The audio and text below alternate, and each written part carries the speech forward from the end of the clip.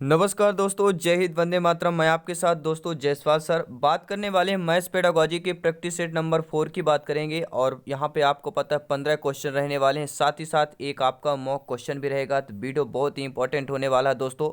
तो बात करेंगे मैथ्स पेडागोजी के प्रैक्टिस सेट नंबर 4 की, पावर्ड बाई शिक्षा ही प्रकाश है। सभी मेरे प्यारे मित्रों को जयसवाल सर यानी आपके अपने परिवार पे, शिक्षकों के परिवार पे वेलकम, अभिनंदन है।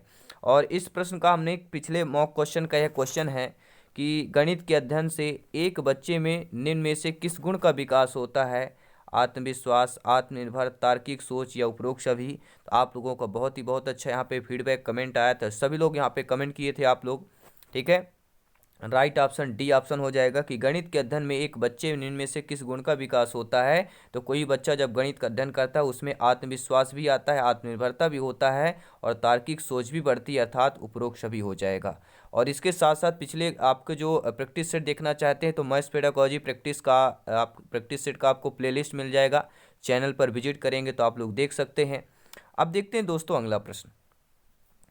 गणित शिक्षण के माध्यम से बच्चों में निम्न में से किस भावना पर नियंत्रण रखने का कौशल विकसित हो जाता है? अर्थात दोस्तों प्रश्न पूछा जा रहा है कि गणित शिक्षण के माध्यम से बच्चों में निम्न में से किस भावना पर नियंत्रण रखने का कौशल विकसित हो जाता है। अर्थात जब बच्चे गणित शिक्षण के माध्यम से जो है बच्चे की भावना पर नियंत्रण रखने का कौशल विकसित हो जाता है तो वह तर्क शक्ति का विकसित हो जाता है, आत्मविश्वास का, विचार शक्ति का, उपरोक्त सभी का। नीचे कमेंट बॉक्स से सभी को बताना है 15 में से आपका स्कोर क्या है, और साथ ही साथ एक मॉक क्वेश्चन भी करेंगे। तो गणित शिक्षण के माध्यम से बच्चों में निम्न में से किस भावना पर नियंत्रण रखने का कौशल हो जाता है? तो वह हमारी भावना दोस्तों तर्क शक्ति भी है, आत्मविश्वास भी है और विचार शक्ति भी है, अर्थात डी ऑप्शन आप लोगों का सही हो जाएगा। बहुत बहुत धन्यवाद दोस्तों। उम्मीद यही है कि आई होप आप लोगों ने मेरे सभी प्यारे मित्र वीडियो को लाइक अवश्य कर लिया होगा। बहुत बहुत धन्यवाद, दिल से धन्यवाद जयसवाल सर। सभी मेरे प्यारे मित्रों को, भावी अध्यापक अध्यापिकाओं का, हर एक भाई बहन, हर एक गृहिणी का जिसका सपना अध्यापक अध्यापिका बनना, सभी को नमन करते हैं। बात करेंगे अगले प्रश्न की दोस्तों कि निम्न में से कौन सा विषय विज्ञान विषयों के आधार पर विषय के रूप में माना जाता है? तो विज्ञान विषय के आधार के रूप में कौन विषय माना जाता है? आपका हिंदी, अंग्रेजी, गणित, सामाजिक विज्ञान। तो बहुत ही अच्छा क्वेश्चन था, सरल क्वेश्चन है, बहुत ही बार पूछा गया प्रश्न है। सभी लोग जानते हैं हम मैथ्स की बात करेंगे, गणित की बात करेंगे दोस्तों। किसकी हम बात करेंगे? हम बात कर रहे हैं गणित की बात कर रहे हैं दोस्तों। जी हाँ, आपका तीसरा ऑप्शन सही हो जाएगा। अब अगला प्रश्न प्यारा सा प्रश्न है, ध्यानपूर्वक समझिएगा, सिलेक्शन वाला प्रश्न है और इसी टाइप के प्रश्न पूछे जाते हैं कि निम्न में से क्या गणित पाठ्यक्रम के उपागम हैं? जी हाँ दोस्तों, गणित पाठ्यक्रम के उपागम पूछा गया है कि क्रिया केंद्रित उपागम होते हैं, अनुभव केंद्रित, विषय वस्तु केंद्रित उपागम होते हैं या उपरोक्त सभी हो जाएगा। तो अभी तक 2-3 प्रश्न हमें मिले जो उपरोक्त सभी सही होगा। क्या इसमें भी यही लॉजिक फिट होगा? क्या बिल्कुल सही है डी ऑप्शन आपका? तो क्या गणित पाठ्यक्रम के उपागम है? आपको नीचे कमेंट बॉक्स में फीडबैक बताना है। तो गणित पाठ्यक्रम के उपागम, जी हाँ दोस्तों, क्रिया केंद्रित उपागम होता है। अब यहाँ पर उपरोक्त सभी नहीं करना है, ठीक है। हर एक क्वेश्चन में उपरोक्त सभी नहीं होता है, हम आपको बताते हैं प्रत्येक 30 में से आपको 4 से 5 प्रश्न ऐसे मिल सकते हैं, ठीक है। 3 से 4 प्रश्न रहते हैं जो उपरोक्त सभी वाला होगा और उसमें एक क्वेश्चन होगा जो उपरोक्त सभी वाला नहीं होगा, अदर होगा। उसी टाइप का क्वेश्चन है कि गणित पाठ्यक्रम के उपागम क्या हो जाएंगे? क्रिया केंद्रित उपागम होते हैं। अगला प्रश्न है कि वर्तमान पाठ्यक्रम का दोष क्या है दोस्तों? अगर हम वर्तमान पाठ्यक्रम में देखें तो हमारा जो वर्तमान पाठ्यक्रम है उसमें दोष क्या क्या है? पुस्तकीय ज्ञान पर बल दिया गया है, विषयों में सह संबंध का अभाव है, ये बच्चों का चरित्र विकास करने में या उपरोक्त सभी में। तो दोस्तों जो हमारा वर्तमान पाठ्यक्रम है, वर्तमान पाठ्यक्रम का दोष क्या है? वर्तमान पाठ्यक्रम का दोष है कि यह पर पुस्तकीय ज्ञान पर ज़्यादा बल देते हैं, विषयों में सह संबंध का अभाव यहाँ पे पाया जाता है, अब बच्चों पर चरित्र का विकास करने में, यानी कि इन तीनों में वर्तमान पाठ्यक्रम में दोष पाया गया है। तो डी ऑप्शन आप लोगों का सही हो जाएगा। बहुत बहुत धन्यवाद मेरे सभी प्यारे मित्रों को, मेरे सभी प्यारे मित्र शिक्षक बंधु जिन्होंने चैनल को सब्सक्राइब कर लिया है। मैं दिल से सभी दोस्तों को नमन करता हूँ, जय हिंद करता हूँ दोस्तों, सभी का शुक्रिया अदा करता हूँ आपके अपने परिवार में। और बात करेंगे अगले प्रश्न की कि गणित की प्रकृति एवं संरचना में निम्न विशेषता नहीं है। निगेटिव प्रश्न, ध्यान दीजिएगा। जो आपकी यानी गणित की प्रकृति और संरचना है उनमें कौन सी विशेषता नहीं होगी। गणित की विषय वस्तु में सामंजस्यता है। गणित की सभी शाखाओं का मूल आधार समुच्चय सिद्धांत भाषा है। गणित की भाषा सांकेतिक है या गणित के निष्कर्ष निश्चित और तर्कसंगत होते हैं। तो कौन सी विशेषता नहीं होगी दोस्तों, कौन सी विशेषता नहीं होगी? आप लोग जानते हैं कि देखिए गणित की विषय वस्तु में सामंजस्यता है, यह विशेषता होती है। गणित की भाषा सांकेतिक होती है, यह भी विशेषता होती है। और गणित के निष्कर्ष निश्चित और तर्कसंगत होते हैं, यह भी विशेषता है। लेकिन गणित की सभी शाखाओं का मूल आधार समुच्चय सिद्धांत भाषा है, यह कोई आपका विषय वस्तु की सामंजस्यता नहीं, या कोई विशेषता नहीं कहलाएगी। तो बी ऑप्शन आपका अकॉर्डिंग टू क्वेश्चन सही हो जाएगा। अगला प्रश्न पूछा गया, ध्यानपूर्वक देखिएगा कि गणित विषय में होने वाली संक्रियाएं, गणनाएं एवं सिद्धांतों का अध्ययन यथार्थ में किस प्रकार प्रक्रियाएं हैं? मानसिक, मौखिक, लिखित, इनमें से कोई नहीं। तो गणित विषय में होने वाली संक्रियाएं, गणनाएं एवं सिद्धांतों का अध्ययन यथार्थ में किस प्रकार की प्रक्रियाएं हो जाएंगी? मानसिक होगा, मौखिक होगा, लिखित होगा, या इनमें से कोई नहीं। आपको कमेंट बॉक्स में आंसर बताना है। तो राइट ऑप्शन क्या हो जाएगा कि गणित विषय में होने वाली जो संक्रियाएं हैं, गणनाएं हैं एवं सिद्धांत, उनका अध्ययन जो है यथार्थ में किस प्रकार प्रक्रियाएं हैं? तो हमारी मानसिक प्रक्रियाएं कहला जाएंगी।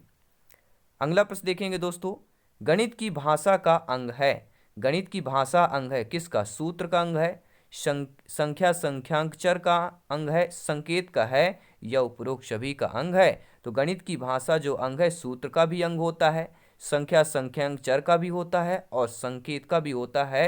अर्थात डी ऑप्शन आप लोगों का सही हो जाएगा।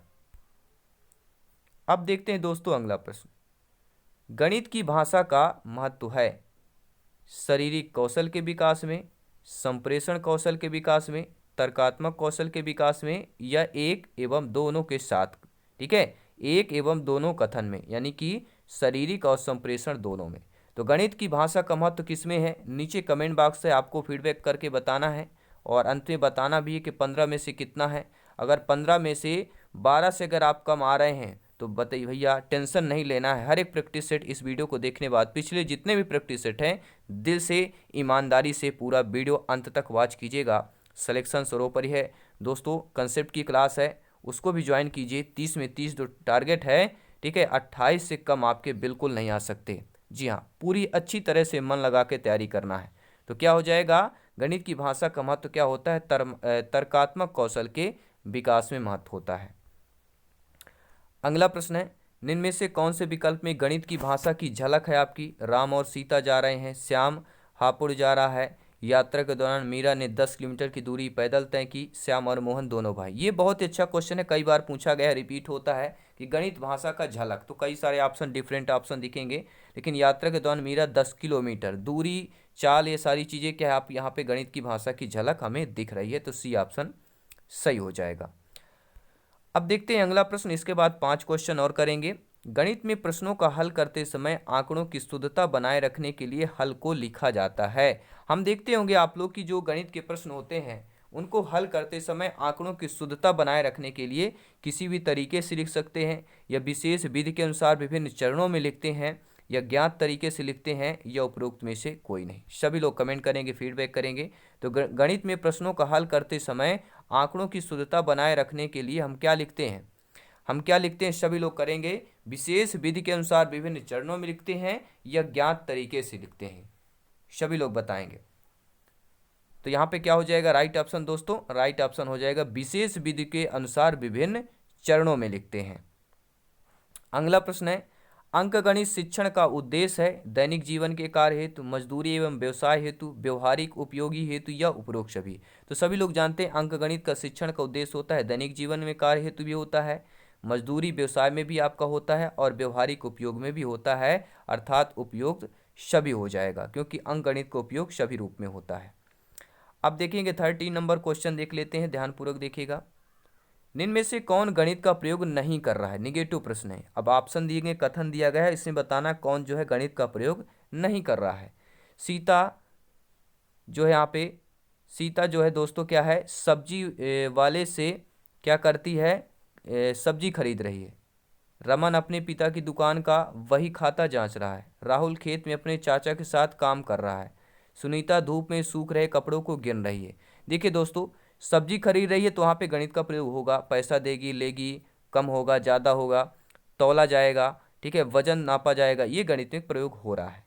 रमन अपने पिता की दुकान का बही खाता जांच कर रहा है, इसमें भी गणित का प्रयोग हो रहा है। राहुल खेत में अपने चाचा के साथ काम कर रहा है, तो काम करने में आपका नहीं होता, ये यहाँ पे दे दिया कि 1 घंटे में इतना काम करता है, 2 घंटे में इतना काम करता है, तो वहाँ पे गणित का प्रयोग होता। लेकिन ये केवल सिंपल साधारण दिया गया कि चाचा के साथ काम कर रहा है, तो काम करना कोई गणित का प्रयोग नहीं कर रहा है, तो आपका सी ऑप्शन यहाँ पर अकॉर्डिंग टू क्वेश्चन सही हो जाएगा। अब देखते हैं अगला प्रश्न कि गणित की उन्नति और वृद्धि देश की संपन्नता से संबंधित है, इनमें से किसका कथन है। देशी नहीं, यहाँ पे देश हो जाएगा, मिसप्रिंट हुआ है, ठीक है। गणित की उन्नति और वृद्धि देश की संपन्नता से संबंधित है, यह किसका कथन है। स्किनर का है, नेपोलियन का है, जीन पियाजे जी का है, या इनमें से कोई नहीं। नीचे कमेंट बॉक्स से फीडबैक आपको बताना है। तो गणित की उन्नति और वृद्धि देश की संपन्नता से संबंधित है, यह किसका कहना है दोस्तों, नेपोलियन का कहना है, बी ऑप्शन सही हो जाएगा। और ये 15वां क्वेश्चन, इसके बाद एक मॉक क्वेश्चन भी करेंगे। आदर्श शिक्षा वह है जो बालक को के लिए योग्य नागरिक बनाने में सहायता प्रदान करती है। पाठ्य पुस्तक के लिए, समाज के लिए, सहायक सामग्री के लिए, या सभी के लिए। तो आदर्श शिक्षा वह है जो बालक को किसके लिए योग्य नागरिक बनाने में सहायता प्रदान करती है। तो आदर्श शिक्षा वह है जो बालक को समाज के लिए योग्य नागरिक बनाने में सहायता प्रदान करती है। आपका बी ऑप्शन सही हो जाएगा। और ये आ गया आपका मॉक क्वेश्चन। आज का मॉक क्वेश्चन देख लेते हैं। क्या प्रश्न यह है कि गणित शिक्षण में मूल्यांकन की प्रक्रिया है। सभी लोग कमेंट करेंगे। गणित शिक्षण में मूल्यांकन की प्रक्रिया है, प्रश्नावली, साक्षात्कार, पड़ताल सूची, या ये सभी। नीचे कमेंट बॉक्स से आपको आंसर, मॉक क्वेश्चन का आंसर बताना है। अब देखते हैं किनका किनका जवाब आता है, किनका किनका कमेंट बॉक्स में आंसर आता है, ठीक है। आप लोगों को कमेंट बॉक्स में बताना है। नेक्स्ट क्लास में हम इसका आंसर बताएंगे, नेक्स्ट प्रैक्टिस सेट में। तो गणित शिक्षण मूल्यांकन की प्रक्रिया क्या है, आपको कमेंट बॉक्स में बताना है। और ये प्रैक्टिस सेट आपको कैसे लगे, ये 15 क्वेश्चन आपको कैसे लगे, नीचे कमेंट बॉक्स में फीडबैक जरूर करें, क्योंकि यहाँ पर दोस्तों सिलेक्शन सर्वोपरि है। बात करते हैं शिक्षा की, क्योंकि पावर्ड बाई शिक्षा ही प्रकाश है। जल्दी मिलते हैं दोस्तों नेक्स्ट क्लास पर। धन्यवाद सभी का।